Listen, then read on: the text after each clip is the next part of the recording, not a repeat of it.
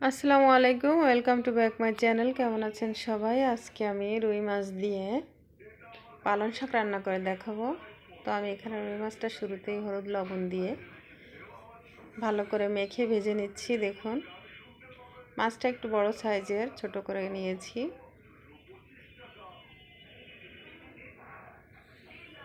এখন আমি মাছটাকে এপিট ওপিট ভালোভাবে ভেজে নিলাম। তো শীতের সিজনে পালং শাকের স্বাদই অন্যরকম লাগে। এখানে কিছু পালং শাক আমি নিয়ে নিয়েছি।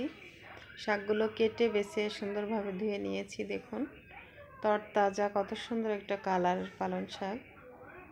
তো শাকটাকে আমি এখন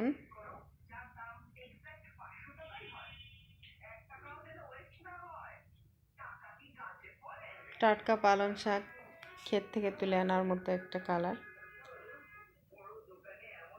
তো আমি এখানে কিছু আলু নিয়েছি কেটে, শাকের সঙ্গে কিছু আলু দেব এবং এখানে পেঁয়াজ বাটা, কিছু রসুন বাটা এবং কাঁচামরিচ বাটা নিয়েছি। আমি আধা বাটা করে নিয়েছি এগুলো। আমি এখন কড়াইতে তেল দিয়ে দিচ্ছি পরিমাণ মতো এবং মশলাগুলোতে হলুদ লবণ পরিমাণ মতো দিয়ে দিয়েছি। দিয়ে আমি মশলাটাকে এখন তেলের উপর ঢেলে দিলাম।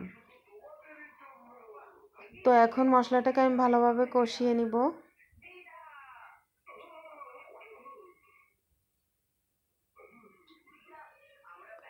মশলাটা আমি সুন্দরভাবে কষিয়ে নিচ্ছি। তো আপনার মশলাটা কিন্তু ভালো করে কষিয়ে নিলে কাঁচা যে গন্ধটা থাকে না। তো মশলার ভিতরে আমি এখন আলুটা দিয়ে দিলাম।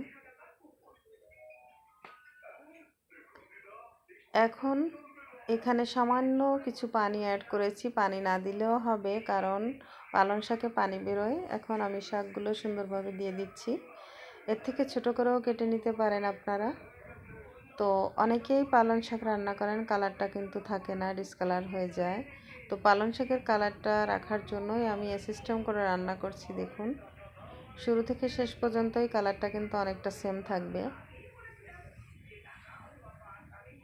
তো আমি অল্প অল্প করে পালং শাকগুলো দিয়ে দিচ্ছি। দেখুন আমার তরকারির কালারটা কত সুন্দর আসছে। তো এখন আমি এখান থেকে পালং শাকে কিন্তু কিছুটা পানি আসছে।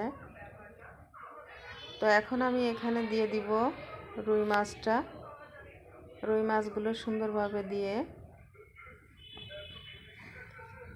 এখন আমি ঝোলের সঙ্গে মিশিয়ে নেব এটাকে। তো আমার মাছটা এবং তরকারির সঙ্গে ভালো করে মিশিয়ে নিলাম। কিছুক্ষণ জাল দিব। আমার রান্না কিন্তু অনেকটা হয়ে গেছে প্রায়। দেখুন কালারটা কত সুন্দর আসছে।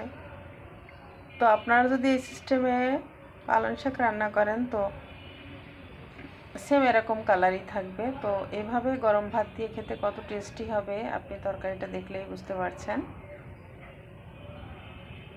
দেখুন আমার তরকারি রান্না কিন্তু শেষ।